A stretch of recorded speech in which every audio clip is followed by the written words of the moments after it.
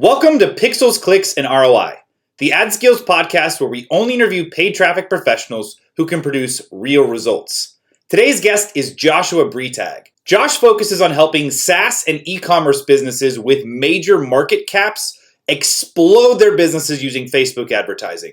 You're going to love what he's got to talk about. More on that right after this.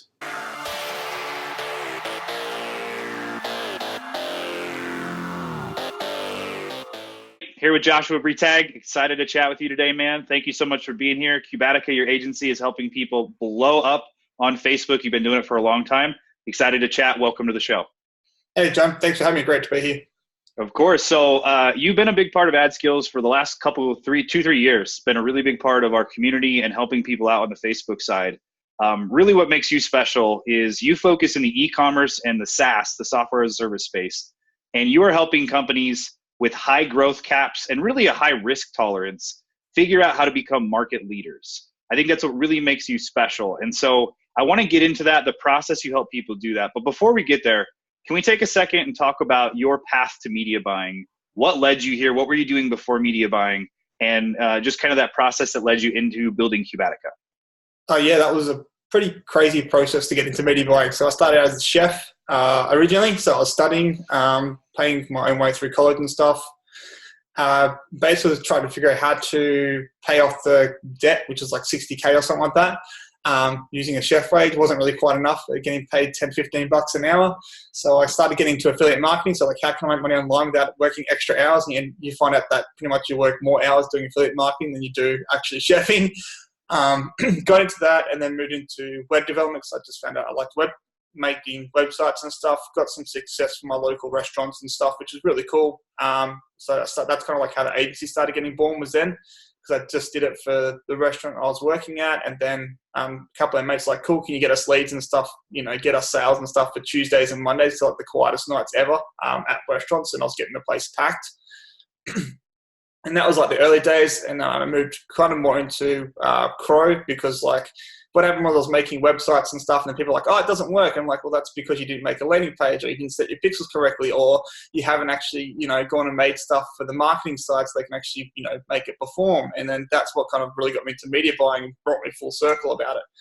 I was like, well, what's the point of making the website if you haven't invested as much time and effort into actually doing the media buying side and the planning and what really got me cool, what I really liked about the media buying side was just the analytics and the data and the Excel spreadsheets. I'm an analytical marketer by trade. I love the data. Give it to me any day of the week. Hence why, native Facebook ads, it's just data. It's great. I love it.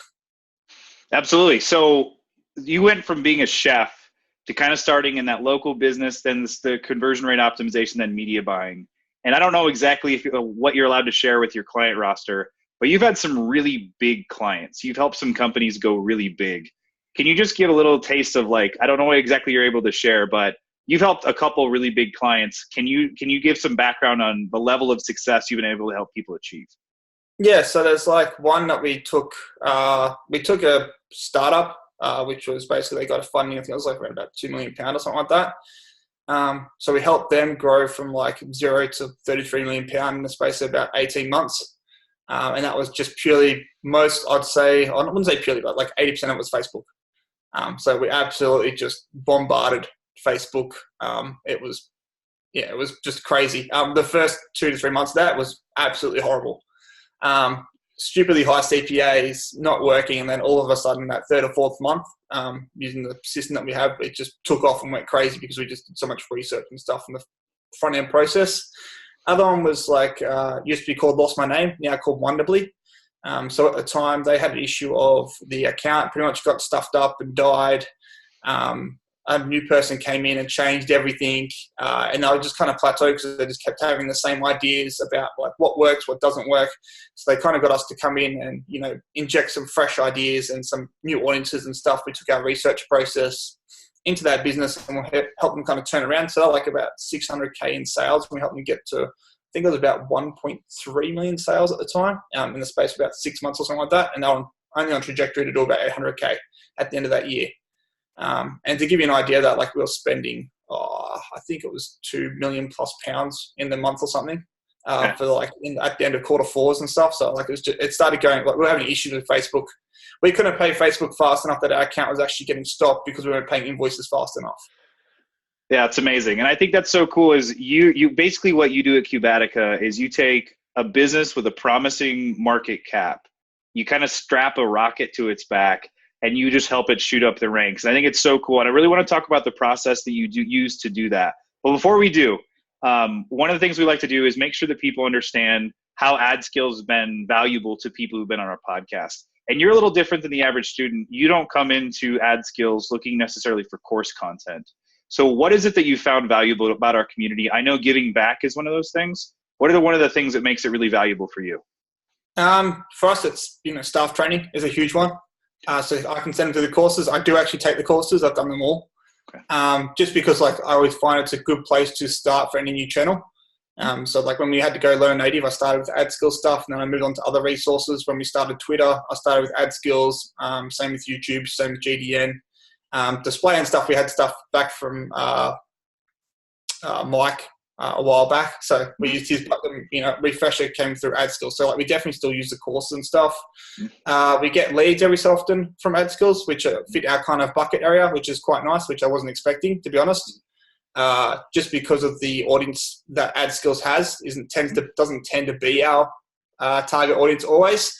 But I've noticed that there's tons of leads and stuff, especially for the mid-range to smaller kind of agencies as well, which is great. There's heaps of those, and we might get maybe 1 or 2 a month. Out of that could be potential clients. Definitely a high close rate on those guys. So we'll close either one or both those clients in the month easily, without much of an issue using the template that you guys created. So that helped us too. So we took the template that Justin had and then we've reworked it. We found that gave us a massive close rate. So that was awesome and a great resource for us. And then also too, it's just having the network and people there as well. So we always, even though we are big guys and stuff, we don't know everything. There are other guys that have good Facebook experience, have experience in other channels that we get stuff from. We've chatted to a couple of guys there and we've got access to Facebook reps and stuff that we didn't have access to in the UAE or in the UK, but we had reps in Australia. So it's sometimes you need help from reps in other countries, and because you've got that network there, you can go, hey, someone got a rep in the UK. I've got a rep in Australia. Can you ask your guy in the rep UK for this? And you can ask my guy in Australia and I owe you in the future. So it's just that kind of cool networking stuff as well. Cool. That's awesome. Well, thank you so much. We like to make sure that we're being valuable. And so I appreciate you explaining for the higher level media buyer that there's valuable as well. So thank you so much. So let's get into the good stuff. Let's talk about the process. When you and I are talking before the call, you kind of talked about really the need to make sure that people that work with you have to have a level of risk tolerance, because you're going to test a lot of things. You're going to make sure that you are providing every research angle, every opportunity. And you kind of explained the growth to me. The first couple months are kind of flat, not necessarily a ton of stuff's going on.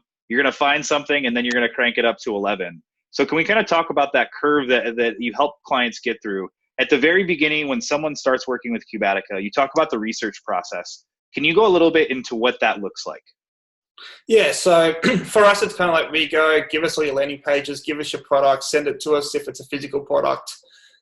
We'll go through and audit the website, so look at it from a conversion perspective. We'll give you CRO advice as well. So please run this split test depending on how much traffic you have at the time. If you're a new startup, there's no real benefit in doing CRO just because you don't have the traffic volume. It's kind of make big tests, swing the bat and, hope you hit a home run. Then also we'll kind of go down okay, well, depending on what the product is, for an e-commerce, let's go down that angle because it's the easiest one to explain. We'll go to places like Amazon and eBay and we'll go and look at, okay, what other stuff are people buying based on, your competitors? So if you've got, let's do, I was doing an example of this on weight loss previously. It's so let's say you get fat loss tablets. Mm-hmm. So if you go and look up that, you can find that people wear certain types of sports gear. Women wear things like spandex and stuff like that. So you can go and target people that are interested in spandex. You can go and look at certain brand names, certain people. Then you also have the audience insights for Facebook. So we go through, pull out information from that based on likes, and we really go down into a rabbit hole. So we'll go, okay, so they like this sort of page, therefore, okay, well then who likes that page and who likes that page, and just keep going down, down, down until we get to the point where you can't research it any further. Then from there, we tend to look at all the competitors' different ads, what's working for them, what's not. And this is not just from a Facebook perspective, but also on native. Just because native, the angles tend to be a lot sharper because the traffic isn't as high quality because it's not, it's not based on like someone who's actually interested. You're trying to get them to click through. So I find the headlines and the, first 1 to 2 paragraphs, the landing page and stuff are just, fantastic for taking stuff and then reworking it into your own ads. And normally what happens is like we'll test at least, 300 or 400 different angles in terms of images and copy before we find something. Like normally what ends up happening is one to 3 kind of ads to start working, especially in the lookalike style of audiences. And we find like those ads will run, we can run them for like 9 to 10 months before the frequency caps gets too high and they start churning off just because of the social proof that happens on the Facebook platform. Mm-hmm. So like, for example, with Simba Sleep, we had one ad that we put like £1 million behind it and made £11 million over the space of, I think it ran for 11 months. It was probably the worst looking creative you've ever seen in your life. And it worked. That's the thing too. It's like we always test stuff that we think doesn't work as well, just because we've seen it in the past where you think stuff that doesn't work actually works, which is completely bonkers.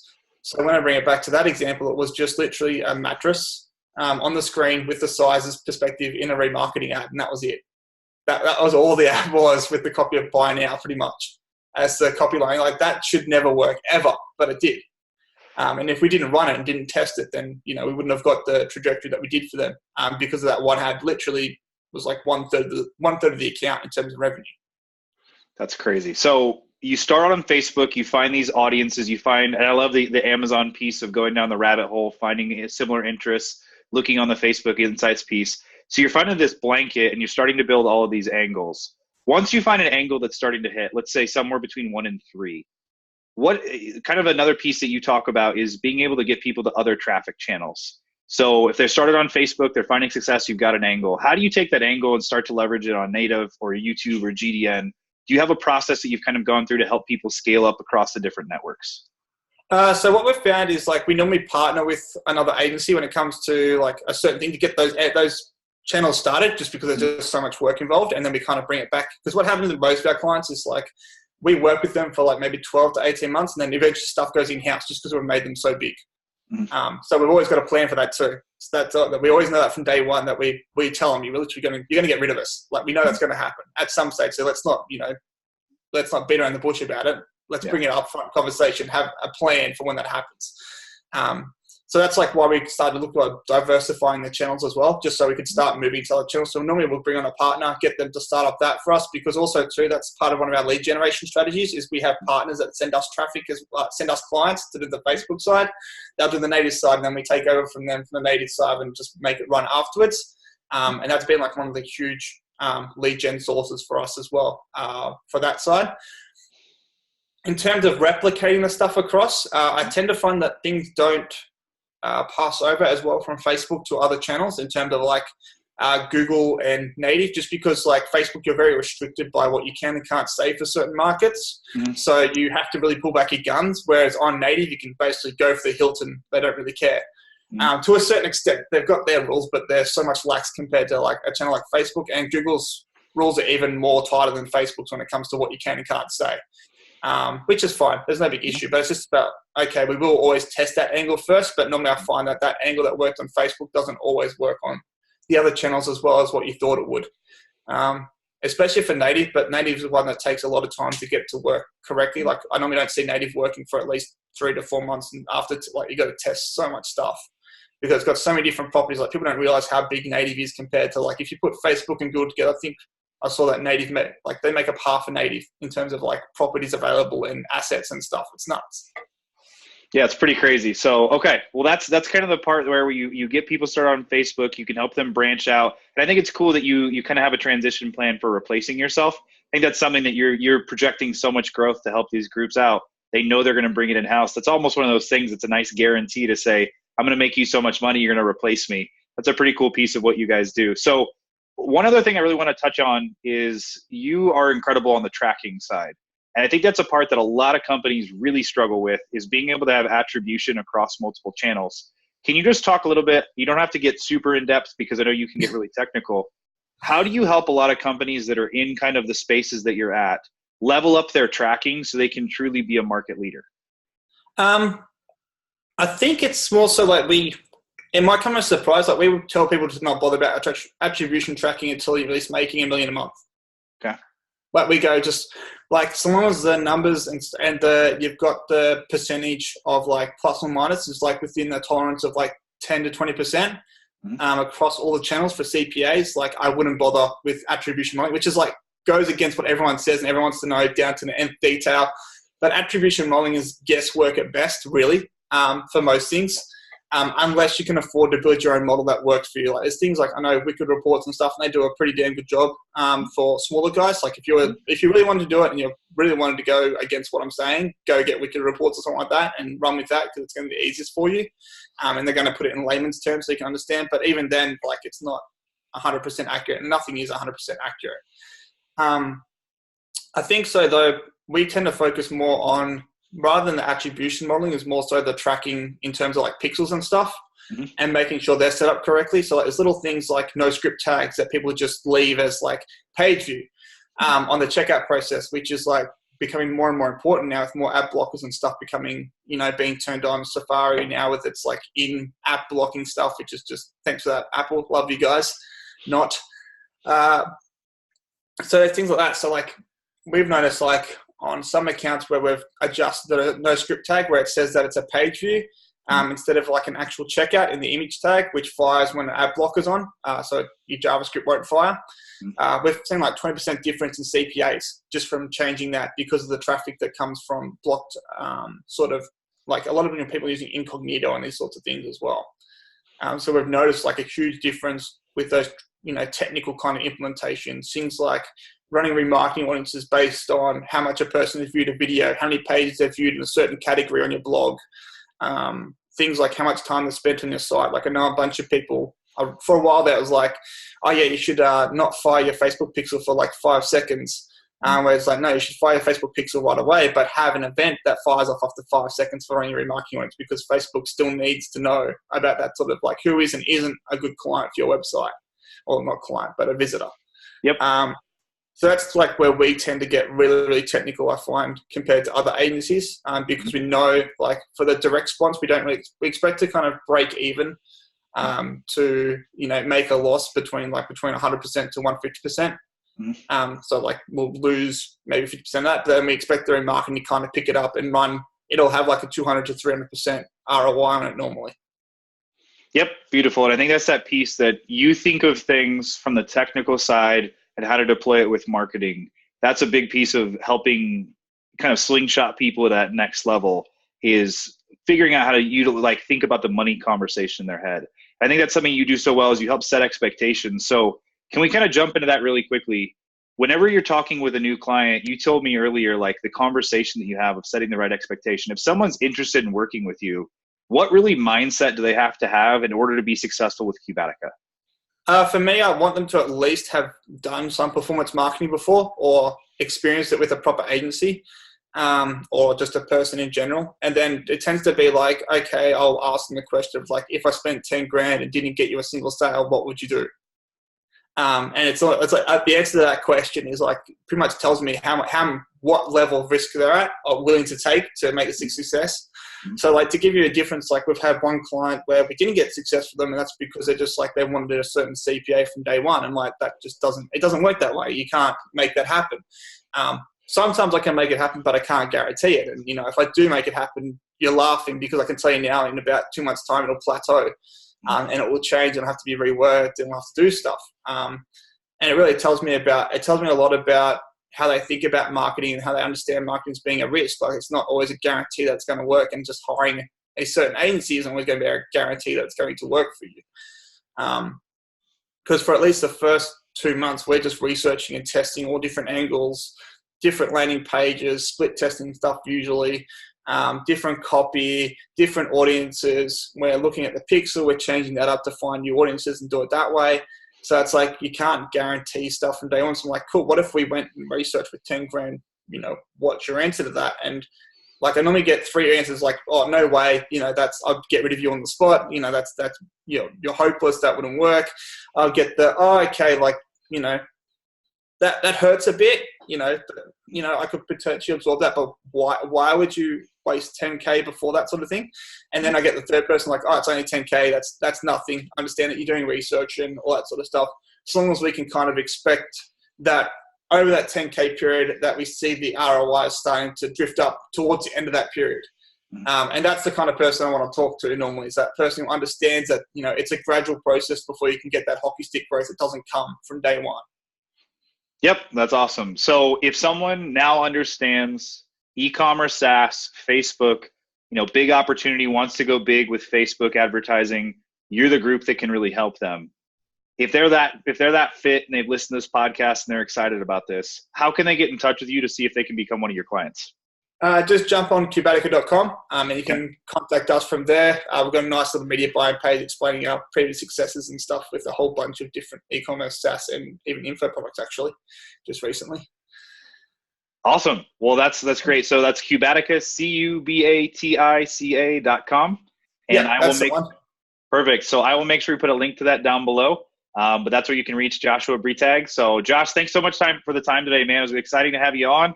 Really appreciate you chatting with me, and we'll talk soon. Thanks for having me, John. Glad I could help. Cheers. If you found this tutorial helpful, make sure you click on the subscribe button on the screen right now.